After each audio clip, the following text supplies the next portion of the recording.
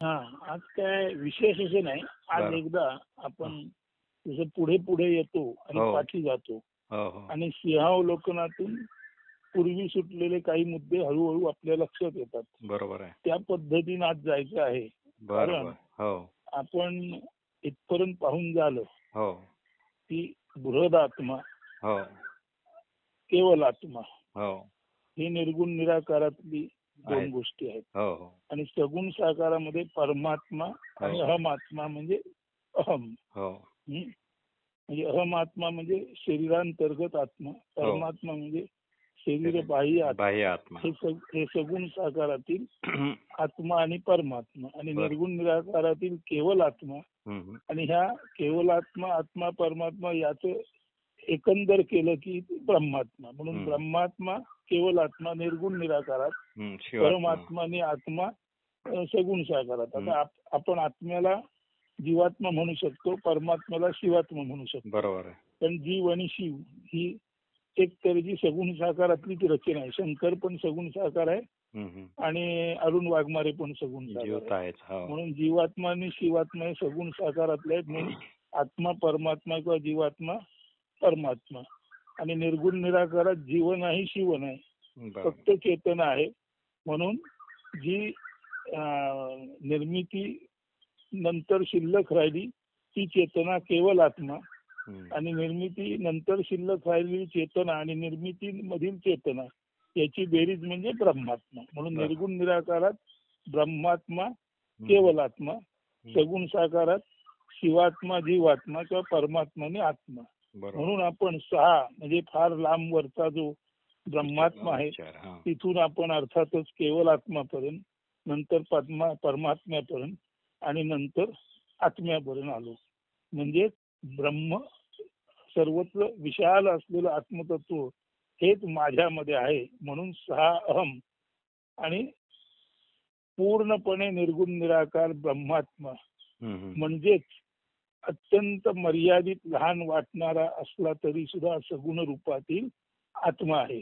म्हणून अत्यंत लहान वाटणारा परंतु मुळात महानतेमध्ये तसूभरी ज्याच्यात कमी पण आलं नाही असा हा जो अहम आत्मा आहे, असा हा जो आपल्यातील सदसत विवेकरूपी ससौवेद्य रूपी आत्मशक्तीने प्रेरित झालेला असा जो आपल्यातला आत्मा आहे त्यालाच अणिमा म्हणजे सूक्ष्मात्मा म्हणतात.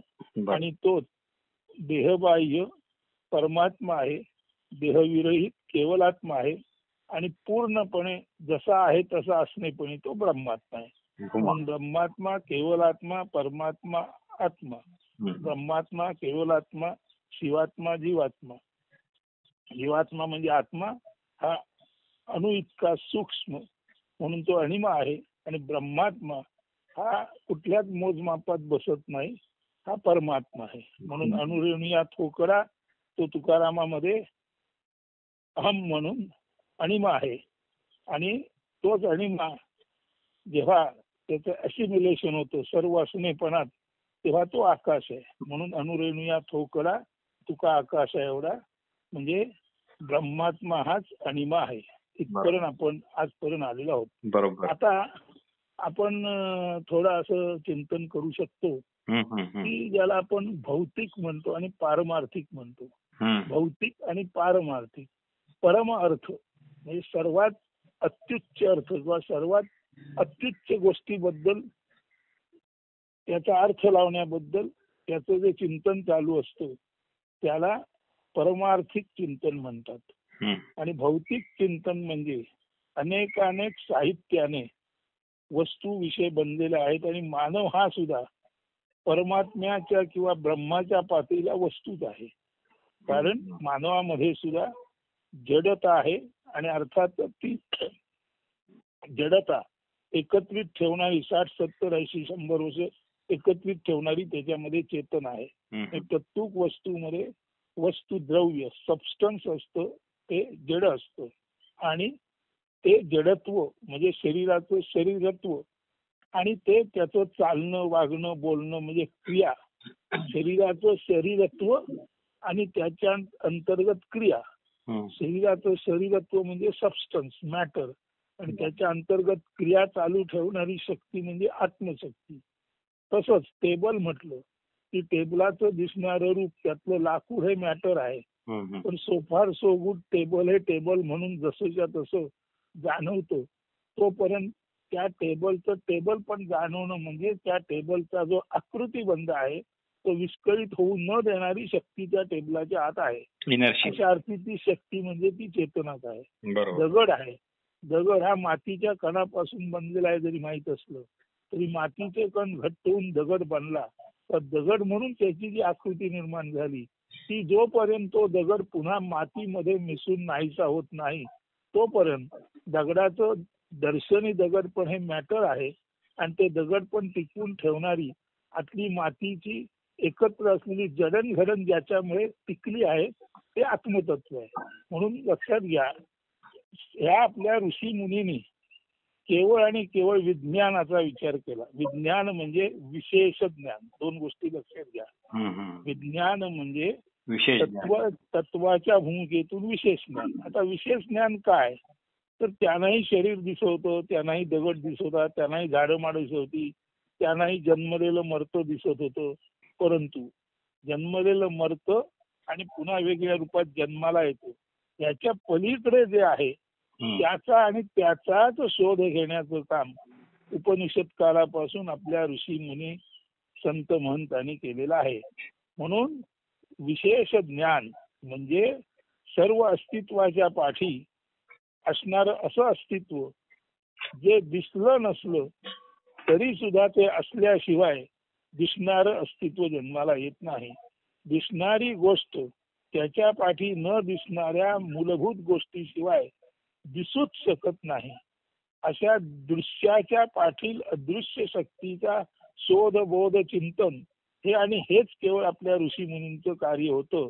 त्यामुळे त्यांनी केवळ आणि केवळ विशुद्ध चेतनेचा किंवा प्युअर कॉन्शियसनेसचाच विचार केला. अशा अर्थात चैतन्याचं पूर्ण उलगडणं, त्याची माहिती होणं हे विज्ञान. अशा अर्थी ऋषी मुनींच्या दृष्टीने विज्ञान म्हणजे दृश्याच्या पाठील अदृश्य असलेल्या न दिसणाऱ्या, परंतु दृश्याच्या पाठी जे अदृश्य आहे ते नसेल तर दृश्य येऊच शकत नाही, अशा दृश्याच्या पाठी अपरिहार्यपणे असणाऱ्या अदृश्य तत्वाचा शोध म्हणजे चैतन्याचा मूलभूत शोध. यालाच त्यांनी चेतन विद्या, चैतन्याची विद्या, आत्मविद्या आणि खरं सांगायचं म्हणजे परमविद्या, ज्याच्याशिवाय कुठलीच भौतिक गोष्ट दृश्य स्वरूपात येणार नाही, अशा अर्थी त्यांनी जो विचार केला ज्ञानाचा तो विशेष ज्ञान म्हणजे सर्व अस्तित्वाच्या मुळाशी असलेल्या अनअडल्टरेटेड एनर्जी, अमिश्रित शुद्ध चेतनेचा त्यांनी विचार केला. आणि तो शुद्ध चेतनेचा विचार करताना त्यांच्याजवळ एक मॅटर होतं म्हणजे त्यांचं शरीर होतं. आणि त्या शरीराद्वारेच त्यांनी हे सर्व चिंतन केलेलं आहे. आणि ते शरीराद्वारे चिंतन करताना त्यांना जो उलगडा झाला आहे तो उलगडाच आपणाला आपल्या शरीरांतर्गत चक्रे किंवा ज्याला शिवसंहितेत कमले म्हणतात, पद्म म्हणतात. म्हणून चक्र आणि पद्म हे वस्तुतः एकच आहे. षट चक्रे आणि षट पद्मे मुळात हे एकच आहे. आता हे एकच कसं, तर तेही तुम्ही चिंतन त्यांनी केलं न केलं माहित नाही, पण आपण केलं तर आपल्या लक्षात येतं. हे जे चक्र आहे त्याची बाह्य रेषा म्हणजे काय, केवळ गोलाकार सर्कल आहे. चक्र म्हटलं की गोलाकार सर्कल आहे. परंतु ते गोलाकार सर्कल म्हणजे काय, गोलाकार पद्धतीने तेज हलतंय. आता गोलाकार पद्धतीने तेज जेव्हा रोटेट होतं तेव्हा त्या rotation of the circular movement of energy, rotation of the circular movement of energy, एनर्जीच्या गोलाकार पद्धतीने चालणाऱ्या हालचालीला आपण बघितलं तर चक्र कसं रोटेट होतं, गोलाकार पद्धतीने. म्हणजे एनी व्हील, एनी चक्र moves in a rotary circular movement. कुठलंही चाक गोलाकार पद्धतीने सतत हालचालीत असतो. तर अशी ही चक्र पद्धतीने त्या चक्रीय गतीने हालचालीत असणारी शरीरातील स्थाने आणि तिथे असणारी चक्र त्यांनी ओळखली. आता ही चक्र म्हणजेच पद्म आहेत याचा अर्थ लक्षात घ्या. जेव्हा तुम्ही कमल बघता तेव्हा फुल ब्लोन लोटस म्हणजे पूर्ण उमललेलं कमळ बघितलं तर फुल ब्लोन लोटस जे आहे तर त्या कमळाच्या पाकळ्या ज्या वर आलेल्या आहेत त्या टोकांना साधणारी जर आपण लाईन मारली तर कमळाच्या पाकळ्या ज्या गोलाकार असतात त्या टोकांवरून जर आपण वक्र मारलो तर उत्फुल्ल कमळ म्हणजे वरच्या बाजूने दिसणारं चक्र आहे आणि वरच्या बाजूने गोलाकार लाईन जी खालच्या बाजूने कळीतून पाकळ्या म्हणून उमलली तेव्हा ते कमळ आहे. आता याचा एक चिंतन सांगतो, हे खरं का खोटं नाही पण सुचताना सुचलं ते सांगतो. सुचताना किंवा सुचताना सुचलेलं सुचतंय ते तुम्हाला सूचित करतो. आता जेव्हा आपण म्हणतो विष्णूच्या हातात काय आहे, चक्र आहे आणि पद्म आहे. गंमत बघा, चक्र आहे आणि पद्म आहे. आता चक्र म्हणजे काय, विष्णू याचा अर्थ एक तत्वचिंतक समजा, साधू समजा. त्या तत्वचिंतकाला साधूला आपण सर्वत्र पसरलेलो आहोत हे जाणवतं म्हणून त्या साधूचं नावच विष्णू. आणि हे नुसतं जाणवत नाही तर त्याला आपल्या हृदयातील ही सर्व चक्रे आणि त्यांचं कार्य म्हणजे शरीरांतर्गत चक्रे ही चैतन्याची केंद्र आहेत. लक्षात ठेवा, ही शरीरातील सर्व चक्रे ही चैतन्याची केंद्र आहेत आणि शरीरांतर्गत चैतन्याची केंद्रे तिथलं नेमकं ज्ञान म्हणजे चक्राचं ज्ञान. म्हणून विष्णूच्या हातात सुदर्शन चक्र आहे.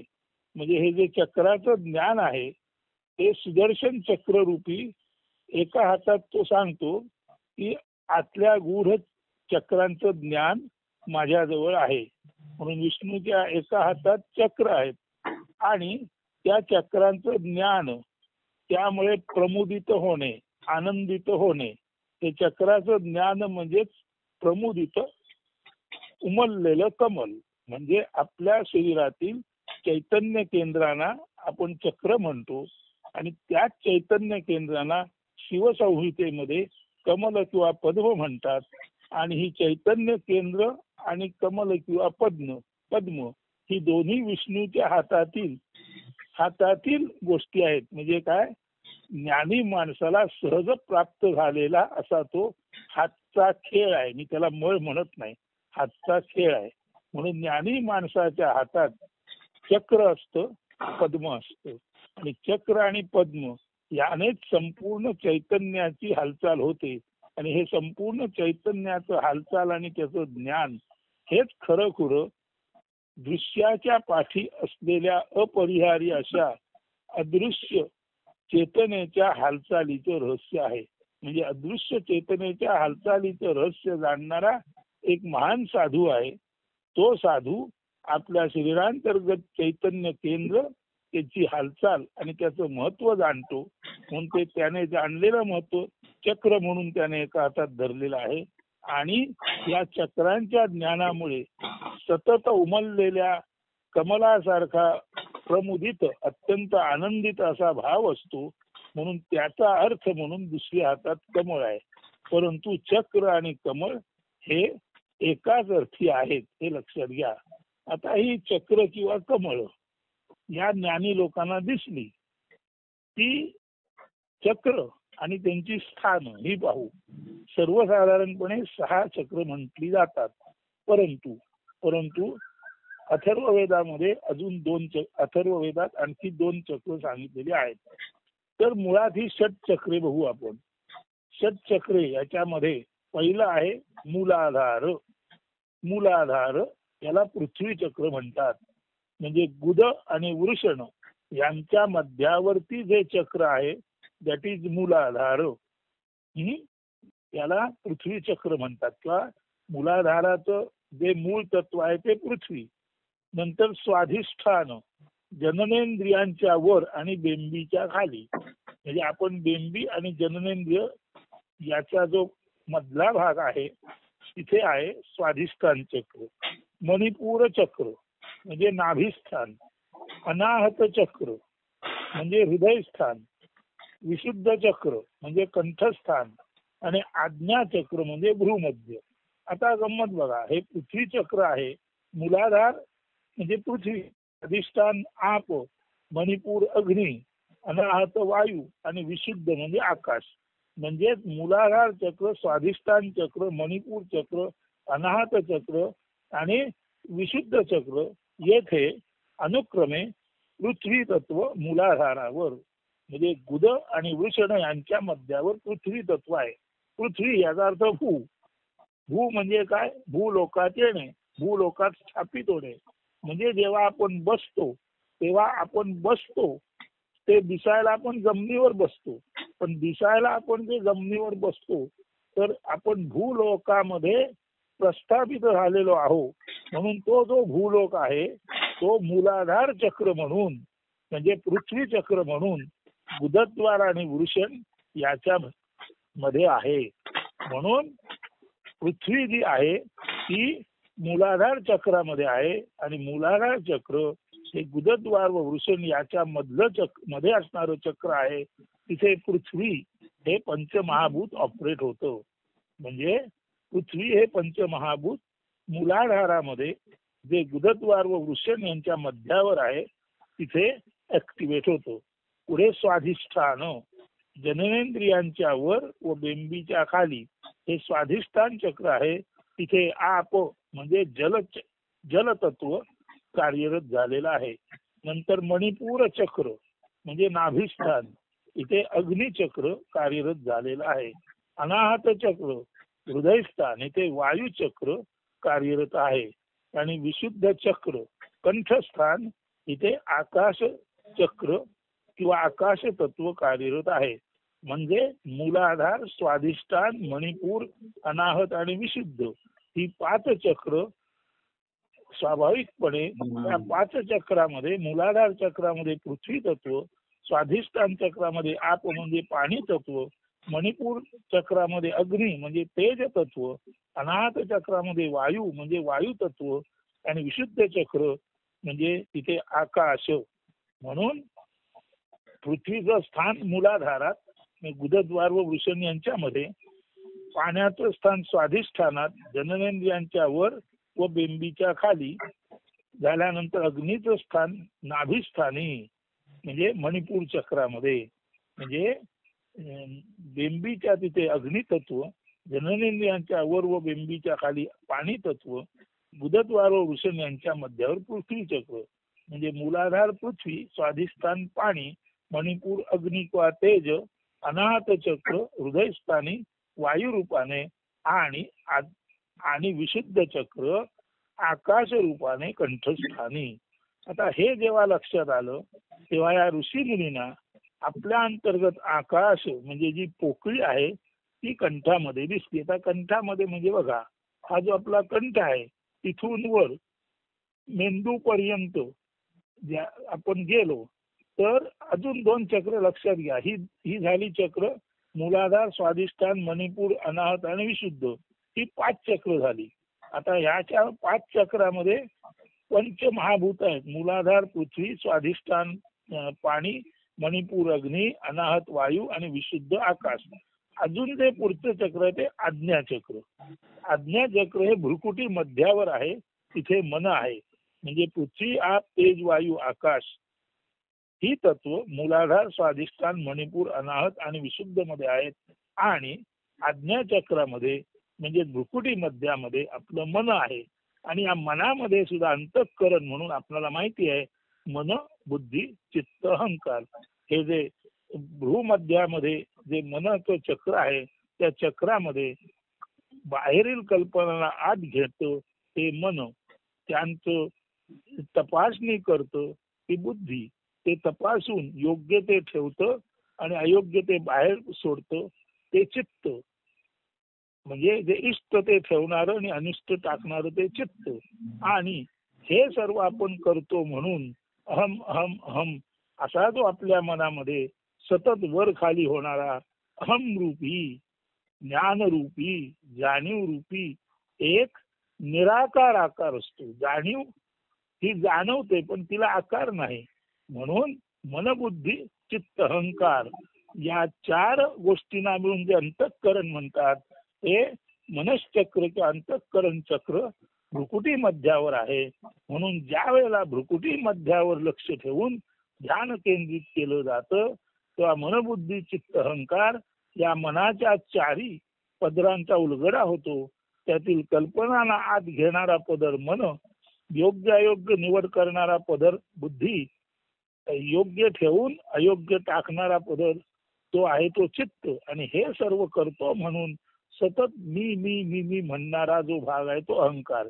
यातील जर अहंकार म्हणजे मीपणा किंवा मी कोणतरी वेगळं आहे असं आपलं सर्वांपासून वेगळं असण्याचं, पृथक असण्याचं हे जर भान आपण घालवलं तर, म्हणजे आपला वेगळेपणा आपण दूर केला तर, जसं कालच्या स्वरूपानंदांच्या 3 डिस्कोर्सेस मध्ये म्हटलेलं आहे, initially a devotee needs to keep away his I or Iness. सुरुवातीला जो साधक आहे त्याने साक्षीत्वात राहून आपला आय किंवा आयनेस मी माझेपण दूर ठेवलं पाहिजे. म्हणून अहंकार दूर ठेवल्यानंतर सबसेक्वेंटली असं दीर्घकाळ मी रहित आपण झालो, अहंकार रहित झालो की सबसेक्वेंटली पाठोपाठ हळूहळू हा जो आपला नष्ट झालेला मी आहे that Iness becomes one with infinity. आणि तो जो आयनेस आहे मी माझे पण आहे ते अनंत तत्वाशी म्हणजे देह आणि देहबाह्य सगुण साकार आणि निर्गुण निराकार या ब्रह्मलोकाशी ते एकरूप होतं. हे आपल्याला आज्ञाचक्र जे आहे आपलं मनश्चक्र आहे, मनश्चक्र म्हणजे आज्ञाचक्र जे भ्रुकुटी मध्यावर आहे तिथे राहिल्यानंतर समजतं. तर या ऋषी मुनींनी भ्रुकुटी मध्यावर डोळे मिटून ध्यान केंद्रित केल्यानंतर त्यांना जे चक्र जाणवलं ते आज्ञाचक्र, जिथून आज्ञा म्हणजे हे कर ते करू नको अशा तऱ्हेच्या ऑर्डरचा जन्म होतो. आता त्या आज्ञाचक्रामध्येच मन बुद्धी चित्त अहंकार म्हणून अंतःकरण असतं. त्यातील जर अहंकाराचा मी माझेपणाचा लोप झाला तर अर्थातच मन बुद्धी आणि चित्त, मनाचं मनपण आणि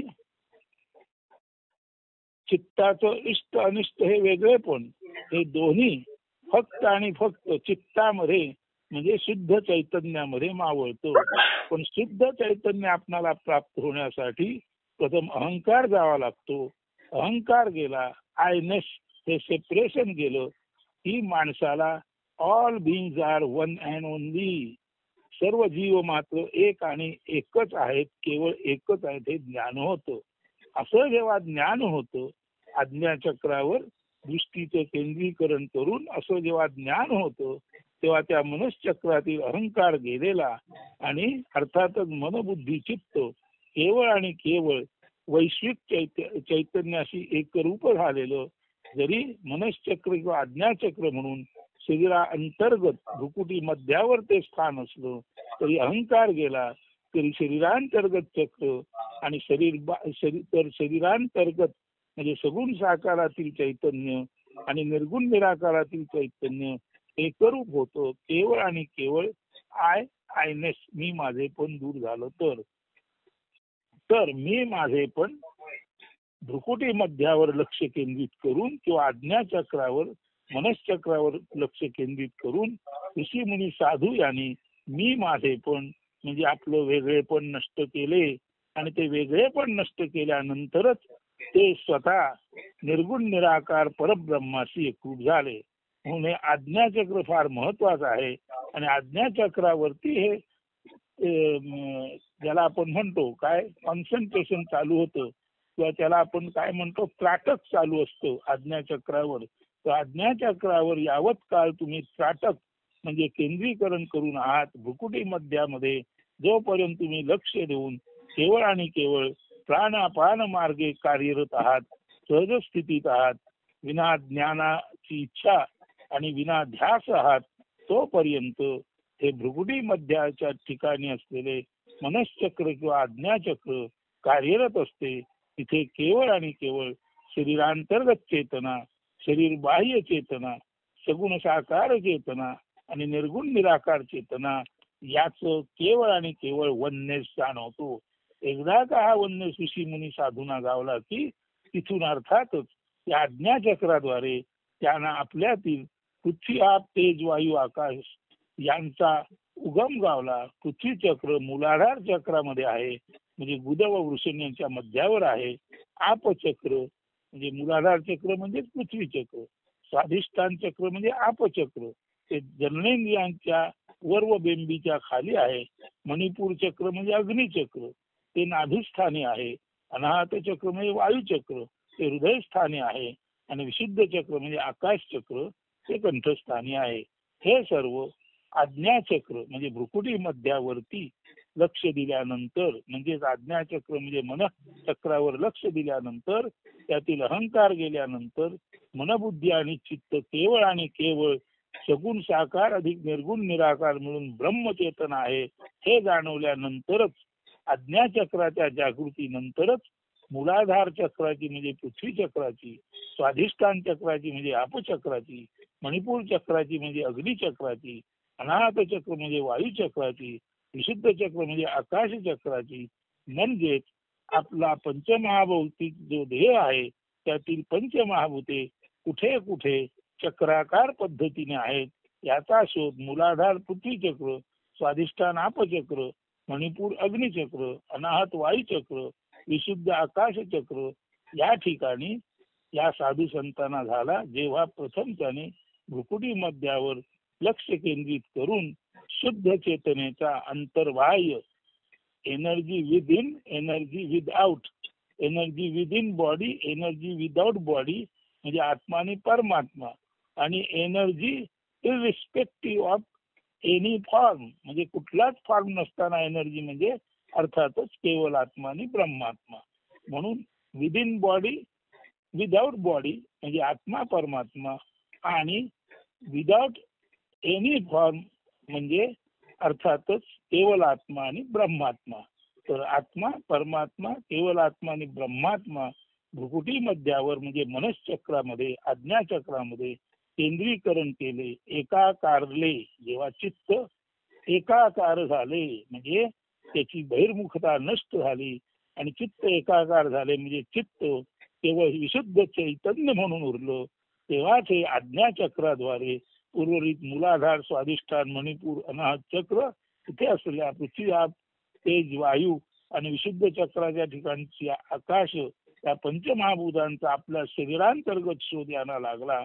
आणि हे केवळ आणि केवळ आज्ञाचक्र म्हणजे भ्रुकुटी मध्यावर लक्ष देऊन शुद्ध चेतनेचा शोध लागल्यानंतर साधू संतांना ही सर्व षट चक्र कळली. याखेरीज अजून 2 चक्र आहेत जे अथर्ववेदात सांगितलेले आहेत. एक चक्र आहे ललना चक्र म्हणजे जिव्हेच्या मुळाशी. आता जिव्हेच्या मुळाशी चक्र आहे म्हणजे काय, म्हणजे हा नारायण पाटणकर चक्राकार पद्धतीने आजपासून एकच गोष्ट अनेक तऱ्हेने सांगत आहे. बघायला गेलो तर चैतन्यच अनेक प्रकारे त्याच्या मुखावाटे मुखरित होत आहे. म्हणजे त्याचा अर्थ असा, जेव्हा आपण शुद्ध चेतनेचा विचार करतो तेव्हा ती चेतना जी वक्राकृती, जी चक्राकृती फिरत असते, तेव्हा चक्राकार पद्धतीने फिरणाऱ्या चेतनेचा शरीरांतर्गत 6 चक्रामध्ये होणारा पृथ्वी, आप, तेज, वायू, आकाश असा पंचमहाभौतिक बोध आणि अर्थातच शुद्ध चेतना म्हणून एकच चेतना आहे असा झालेला विशुद्ध चेतनेचा म्हणजे कॉस्मिक अवेअरनेसचा बोध झाला की त्यानंतरच हे संपूर्ण चक्राकार पद्धतीने तत्वज्ञान एखाद्याच्या मुखावाटे मुखरित होते. आणि हे मुखावाटे मुखरित होताना त्याची जीभ जी आहे ती सुद्धा बऱ्याच वेळा वाटेल यांच्या जिभेतून किंवा यांच्या तोंडातून एकच गोष्ट येते, पण ती चक्राकार पद्धतीने पुन्हा पुन्हा येते. त्याचं कारण एकच आहे, त्या संपूर्ण चैतन्याच्या चक्रावर असंख्य अगणित पॉइंट आहेत, बिंदू आहेत. त्या बिंदूतील काही ना काही बिंदू पुन्हा पुन्हा येणं हे अपरिहार्य आहे.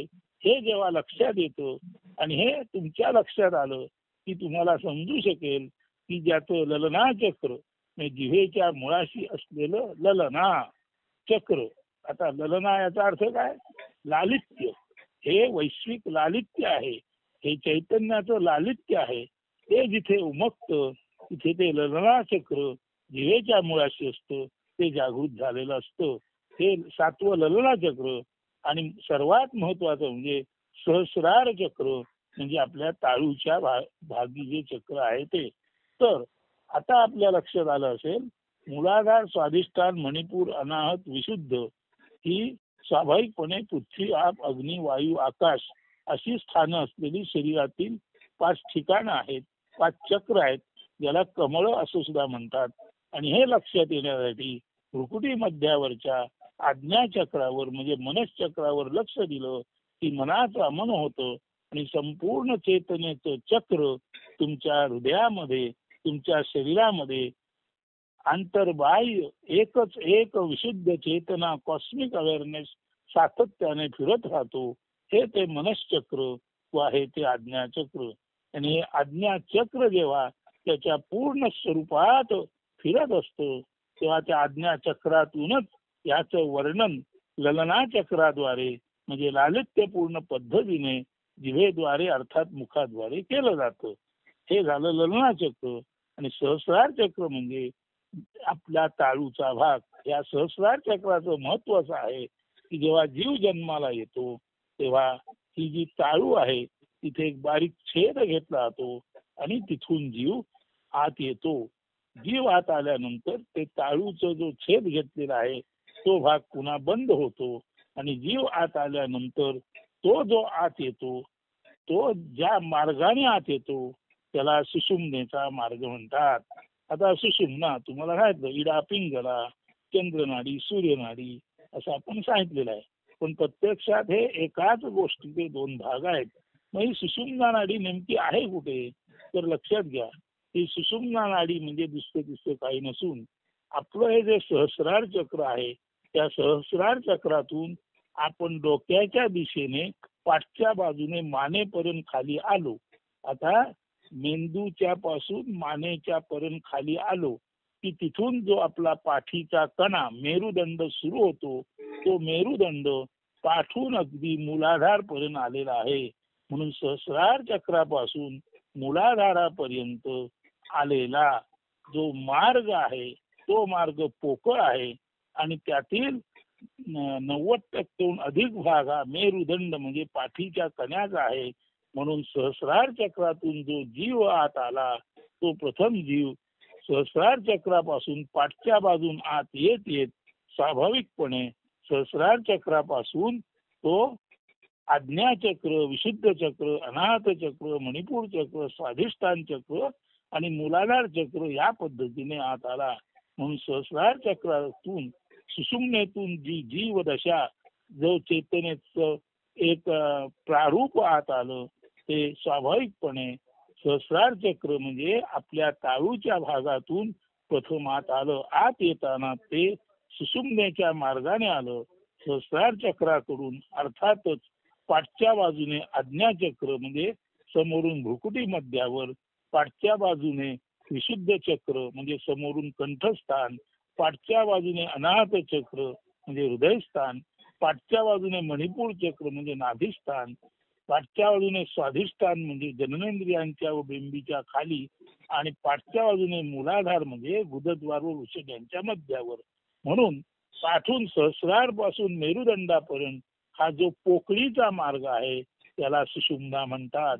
या पोकळीतून या पाईप मधून जीव जेव्हा आत आला तेव्हा सहस्रार चक्राला छेद घेऊन तो जीव आत आला आणि जेव्हा तो ती सर्व चक्र पाठच्या बाजूने म्हणजे अर्थातच आज्ञा, विशुद्ध, अनाहत, मणिपूर, स्वाधिष्ठान आणि मूलाधार इथे येऊन स्थिर झाला तेव्हा माणूस म्हणून या भूलोकामध्ये स्थिर झाला. म्हणून माणूस भूलोकात स्थिर होताना सहस्रार चक्राद्वारे अर्थातच मेरुदंडातून पाठी येता येता तो सहस्रार चक्र, आज्ञाचक्र, विशुद्ध चक्र, अनाहत चक्र, मणिपूर चक्र, स्वाधिष्ठान चक्र आणि मूलाधार म्हणजे आपण बसण्याची आपली जागा. आपण जेव्हा बसतो तेव्हा अर्थातच गुद आणि वृषण हे जमिनीवर सुस्थापित झालेले असते. कुठेही बसलात तरी म्हणजे गुद आणि वृषण जिथे टेकतं त्याला आपण भूस्थान म्हणायचं. आणि ते गुद आणि चक्रचं जे स्थान आहे ते मूलाधार आहे. म्हणजे मूलाधार हे भूवर स्थापित होणे म्हणजेच माणूस भूवरती पृथ्वीवरती जन्माला येणे. अशा तऱ्हेने सहस्रार चक्रातून पाठच्या बाजूने सुषुम्नेतून मूलाधार चक्रापर्यंत जीव आलेला आहे आणि या भूलोकात सुस्थापित झालेला आहे. तेव्हा षटचक्रे, त्या षटचक्रातील पृथ्वी आप अग्नी, अग्नी म्हणजे तेज वायू आणि आकाश यांची चक्र आणि आज्ञाचक्र जिथे मनबुद्धी चित्त आणि अहंकार असं अंतःकरण आहे ते पाहिलं. त्यातल्या अहंकाराचा नाश झाला की मनाचं अमन होतं. मनबुद्धी आणि चित्त एकवट होऊन अंतर्बाह्य विशुद्ध चेतना शरीरांतर्गत आणि शरीर बाह्य चेतना तशीच जी अव्यक्त चेतना आहे ती सर्व एकच आहे. आज्ञाचक्रावर लक्ष दिल्यानंतर कळतं. आणि हे सर्व कळल्यानंतर जीव आत येताना कवटी फोडून म्हणतात. आता कवटी फोडून नव्हे, आपलं जे सहस्रार चक्र आहे तिथे छेद देऊन तो जो परमेश्वर रूपी ते चैतन्य रूपी देह नसलेलं ते चैतन्य आहे ते मॅटर म्हणून प्रथम स्थूल देह सूक्ष्म देह तयार झालं आणि त्याच्यामध्ये प्रवेश करताना अर्थातच सहस्रार चक्रातून सुषुम्नेच्या मार्गाने पाठीच्या कानातून मेरुदंडातून मूलाधार चक्रापर्यंत म्हणजे जिथे आपण बसतो त्या स्थानापर्यंत पृथ्वीपर्यंत आलो आणि आपण जिथे बसतो तिथे आपलं गुद आणि वृषण किंवा लिंग हे टेकलेलं असतं. म्हणून गुद आणि वृषण हे जिथे टेकलेलं असतं ते भूस्थान. अशा अर्थीच शंकराची पिंडी म्हणजे शंकराचं लिंग या भूवरती प्रस्थापित झाले. म्हणून शंकराचे लिंग याचा अर्थ जी विश्वचेतना आहे त्याचं लिंग. अशा अर्थी शंकराचं लिंग आपण पवित्र मानतो. म्हणून ज्या वेळेला पूर्ण विशुद्ध चेतना भूवर प्रस्थापित झाली तेव्हा ती चेतना लिंग देहाने म्हणजे अतिसूक्ष्म देहाने या भूवर प्रस्थापित झाली. म्हणून लिंग देहाने वैश्विक चेतना या भूवर प्रस्थापित झाली. त्या लिंग देहाला शिवलिंग म्हणतात. आणि ते जे लिंग असतं त्या लिंगाच्या बाजूला जी चाकोरी असते ती चाकोरी म्हणजे योनी म्हणजे शिवलिंग म्हणजे तो वृषणाचा आकार. आणि ती जी ही असते अशी एक मध्ये खोलगट असलेली एक ज्याला आपण म्हणतो चॅनल असतो त्याला योनी म्हणतात. ती म्हणजे प्रकृती. म्हणजे शिव आणि प्रकृती. शिव जेव्हा बहुश्याम व्हायची त्याला इच्छा प्राप्त झाली तेव्हा शिवाने आपल्या प्रकृतीतून लिंग आणि योनी याद्वारे शिव आणि पार्वती याद्वारे पृथ्वीवर प्रस्थापन केलं. म्हणून ज्याला आपण शिवलिंग म्हणतो ते विशुद्ध चेतनेचं सूक्ष्मदेह लिंगदेह म्हणून प्रतीक मानलेलं आहे.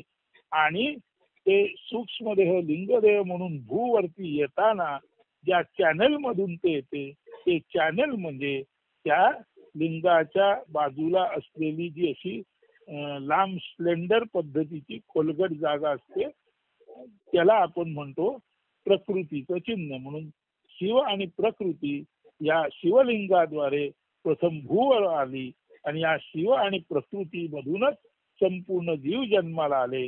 आणि जीव जन्माला येताना प्रामुख्याने मानवाचं हे चिंतन आहे. सहस्रार चक्र आहे तिथे छेद घेऊन सुषुम्नेच्या मार्गाने जीव आला आणि तो मूलाधार चक्र म्हणजे पृथ्वीच्या जागी स्थिर झाला. याला माहित चैतन्याचं भूलोकी जीव म्हणून येणे. आज आपण इथेच थांबूया. कशा पद्धतीने जीव पृथ्वीवर आला हे समजून घ्या. नंतर ही चक्र आणि जो सप्तलोक आहेत त्याचा जो संदर्भ आहे तो जोडून चक्र आणि सप्तलोक हे म्हणजे चक्राची एक बाजू आहे कमल किंवा चक्राची एक बाजू आहे आणि उरलेली बाजू 7 लोकाची आहे. म्हणजे षटचक्रे किंवा ही अधिक 2 सांगितलेली 8 चक्रे ललना आणि सहस्रार चक्र म्हणून 8 चक्रे आणि सप्तलोक हे या सुदर्शनाचे हे या विष्णूच्या हातातील चक्राचे किंवा पद्माचे भाग आहे ते आपण पाहणार आहोत. तर विष्णूच्या हातातील पद्माकार चक्र आणि चक्राकार वेगळ्या अर्थाने उमललेलं पद्म याचं रहस्य आपण सांगितलं. शिवलिंगाचं शिवपार्वतीचं शिवप्रकृतीचं महत्व सांगितलं. इथे आपण काय केलं, चक्रांचा विचार केला. एका बाजूने जो चक्राचा विचार, तोच दुसऱ्या बाजूने सत्यलोकापासून भूलोकापर्यंत विशुद्ध चेतना जीवदशेत कशी आली हे सांगणारा तोच दुसऱ्या बाजूने सप्तलोकाचा विचार आहे. तर आपण चक्र विचार केला, आता सप्तलोकाचा विचार उद्या करू. आणि चक्र आणि सप्तलोक या मार्गाने सर्व गोष्टी अस्तित्वात आल्या, विशुद्ध चेतना कार्यरत झाली. हा जो विशेष ज्ञान म्हणून ऋषीमुनी संन्यासांना शोध लागलेला आहे, यालाच पराविद्या म्हणतात. मग आता भौतिक विद्या म्हणजे काय ते अर्थात उद्या नंतर पुढच्या भागात पाहू. अस्तु, धन्यवाद.